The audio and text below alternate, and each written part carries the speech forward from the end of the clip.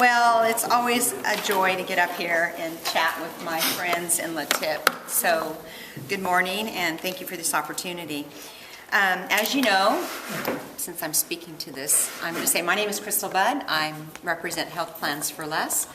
Been in the industry for, over our business over 20 years, so we're excited that we're still in business and going strong. Today I'm going to do something a little bit different, and I want to take a survey. I want to find out what your thoughts are, and there's three individuals we're going to talk about this morning. One of them is James Bond, one of them is Homer Simpson, the other is Phil Dunphy on Modern Family. So I want your opinion. I want to take a census this morning on who do you think out of these three would need life insurance the most? Okay, so the three options are, raise your hand, there's James Bond, Homer Simpson, or Phil Dunphy. So I'm going to take a census. They actually did this survey, so I'm going to take our own survey and see how you guys do and what your thoughts are on life insurance.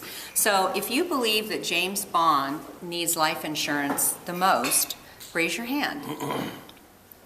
I know it's a trick. All right, I have 1, 2, 3, 4.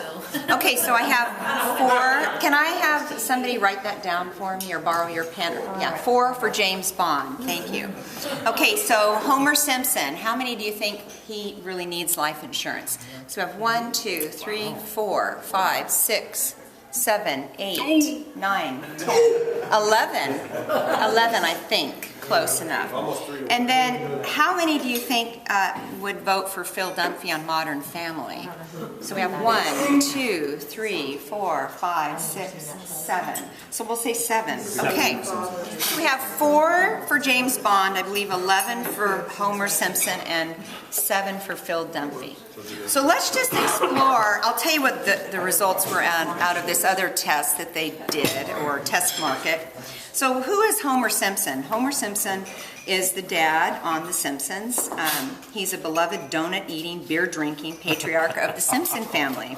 Homer Simpson came into the world of pop culture in 1989.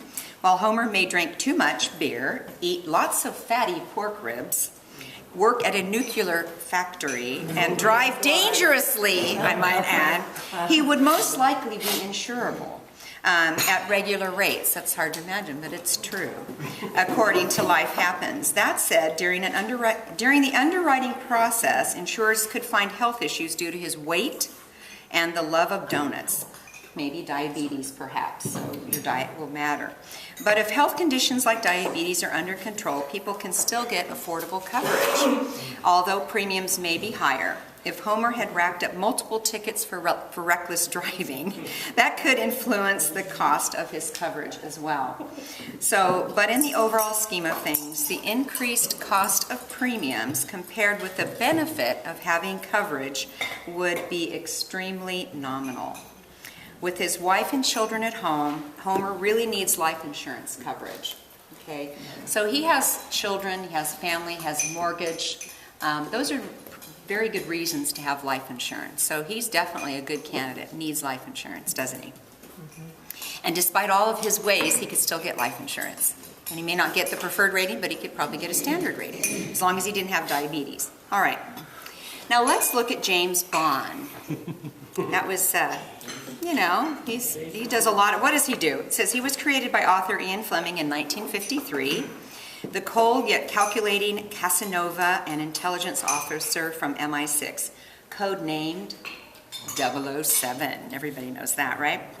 Okay, he was introduced to the world by book and later appeared on comic strips, radio, TV, and movies.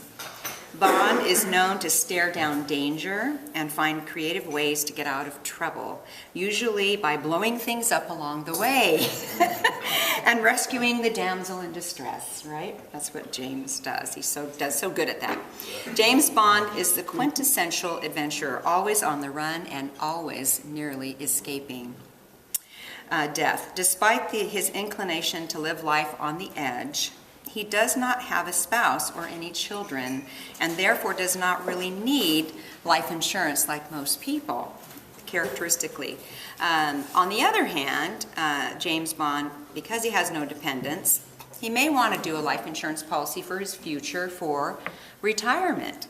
So he doesn't have the motivation for family and maybe inheritance, but if he wants to do life insurance it's a permanent policy that creates death benefit, not death benefit, retirement, he could use the life insurance for that.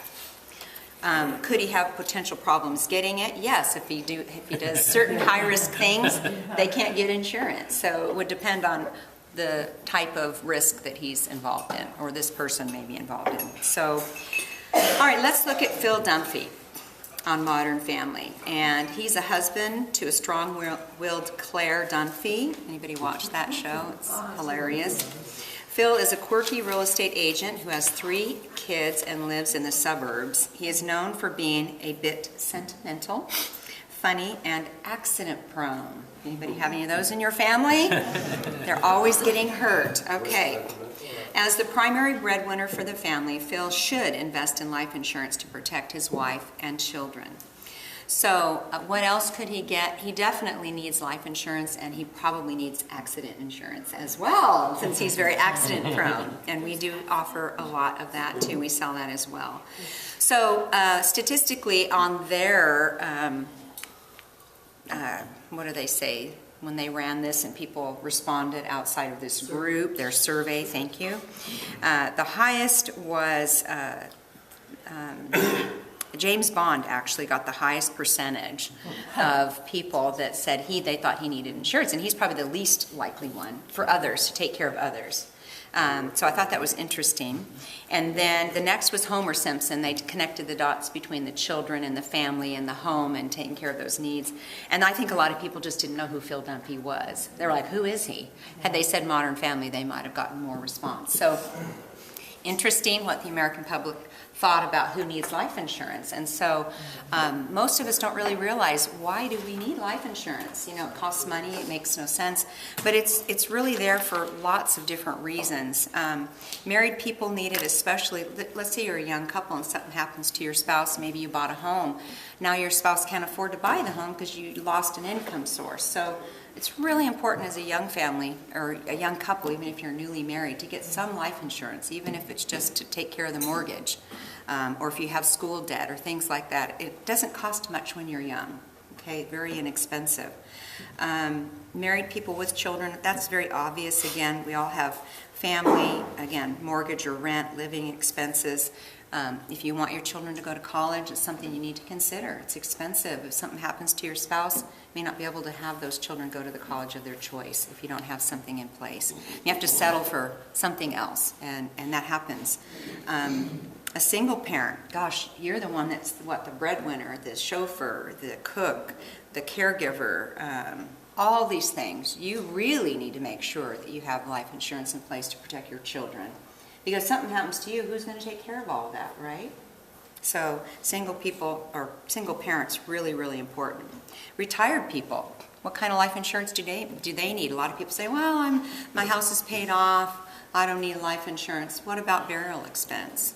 Even if it's $5,000 to $10,000 to $25,000 of life insurance to take care of burial.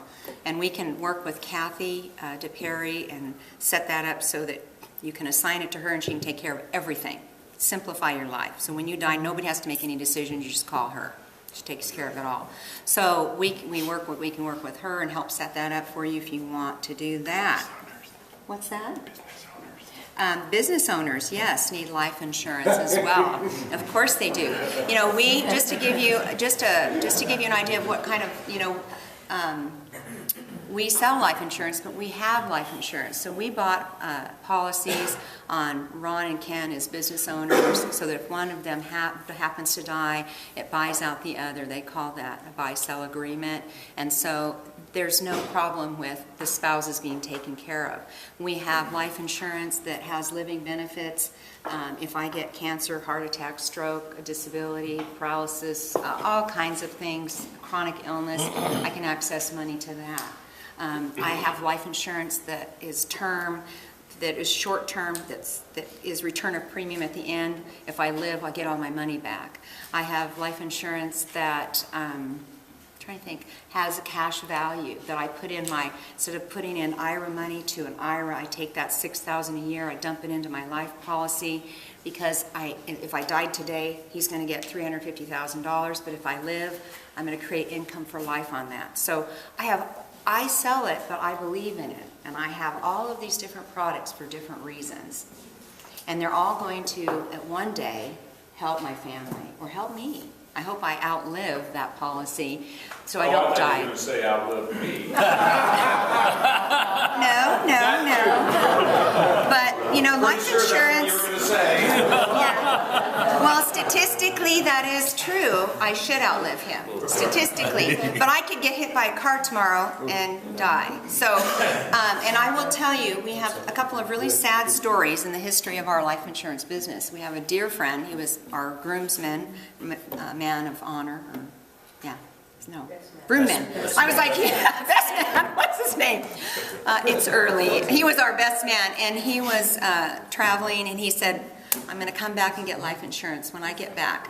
He was killed on that trip, and he came home in a box in pieces because he was hit by a train. It was tragic, and his wife was left. I know, I want to cry every time I think about it. And he died, and his wife had nothing, and she lost everything. And it was so sad because we talked to him and talked to him and talked to him about getting life insurance, and he wouldn't do it. And he said, I'll do it when I get back, and it was too late. And then we had another single mom that said, I don't need it. She had a young boy, and we insisted, you need to buy this. It's so cheap. It was, what, $60 a month or something. She did buy it. 3 months later, she was dead. $250,000 for the grandparents that had to take care of that child. A fluke incident, had a surgery in the hospital. They pulled out one of those. She had a hysterectomy, and they were pulling out the PICC line or something, and it tore her aorta, and she bled to death like that. You don't know what, I mean, it's terrible. I don't like to talk about these things, but this is real life. This is real life. And, you know, we get the call saying, my daughter just died. Thank God she paid 3 premiums, and they got $250,000 to take care of that son. So I don't want to be the, you know, bearer of bad news, but the truth is, life insurance is used for so many things to protect our businesses, our families, and men. If you should have it minimally to cover and take care of your wives. It is your obligation. When you marry that woman, you say, I am here to love and to cherish and to honor you. And that's one way you can honor her, is to have that life insurance and take care of her if something happens to you. Because it is awful when those things happen. So, and the other nice thing too is you can call me if you choose me as your broker and I assist you. You can call us, and we're there to help stand with your family, to support them, to love them, to honor them in the difficult time when something like that goes on. And so anyway, how much time do I have? 2 minutes? Okay. So I realize, again, this isn't the best subject in the world to talk about. It's not the easiest subject to talk about, but it's super important. What I've given you today is this life insurance calculator. And if you can fill this out, think about, how do I come up with what do I really need? And there's always the tension about what I need and what I can afford, right? It's like I have all these different types of life insurance. I've based on what I need, based on looking at what is my mortgage today, what is my mortgage debt? Do I have any college debt? Thank God, no, I don't have that anymore. We're done with that. But other debts are credit card or auto payments. What do I have to pay for insurance every month? Do I have emergency funds? Emergency funds, you should have at least 3 to 6 months of money reserved for emergency funds. Final expense that's kind of a weird terminology, but it's basically for burial purposes. So if you need, you say I need $5,000 to bury you or $10,000, you should have that set aside, or come and see me. We'll put you in a small, inexpensive burial policy and help you, send you over to Kathy and get that squared away, and you'll be done if something happens. What is it going to require for your family to go on if they lose you? If you don't want to look at all the details, another easy way to do it is say 10 times your income. What are you used to living on? If you're used to living on $10,000 a month, and that's $120,000, you times that times 10, that's over $1 million of life insurance that's needed. If you're used to living on $5,000 a month, that's just a blanket rule of thumb. okay? So, all that being said, you really need to take a quick assessment. Where are you at? And if we need to fill the gaps, we can fill the gaps. Sometimes if you have stuff that's been in force a long time and it's very inexpensive, it may be worth keeping, maybe just supplementing to that. I've had people that get better ratings. They lost weight, got off medication, and went from a standard rating to a preferred rating. So it should be assessed at least every 5 years. On the back of this is also gives you some ideas as to when you might want to have a review if any of these things happen to you or your life changes. So something to give you food for thought, okay? So I guess I'm finished. Thank you very much. Any questions? No? Okay, I didn't, oh yeah, yes. I met with a family last Tuesday that she told me her husband didn't believe in a trust, didn't believe in life insurance. She is going to lose everything. Yeah. So we were trying to help her, but Yeah. she's told me, she says, I will lose my home. Yeah. Sad. Yeah. And you know, the thing about it is it doesn't cost that much. It's really, it's one of the, it's what I call, it's like one of the best investments. Because where are you going to put in maybe $100 a month and you can get out $500,000? You show me any investment, and it's tax-free, mind you. So depending on your tax bracket, when death benefits are tax-free. There isn't anything else out there that can do that. That's legal. That's legal. There's the illegal things, I'm sure, but that's legal. All right. Okay, so thank you very much, and I appreciate the opportunity to meet with you if you'd like. Okay.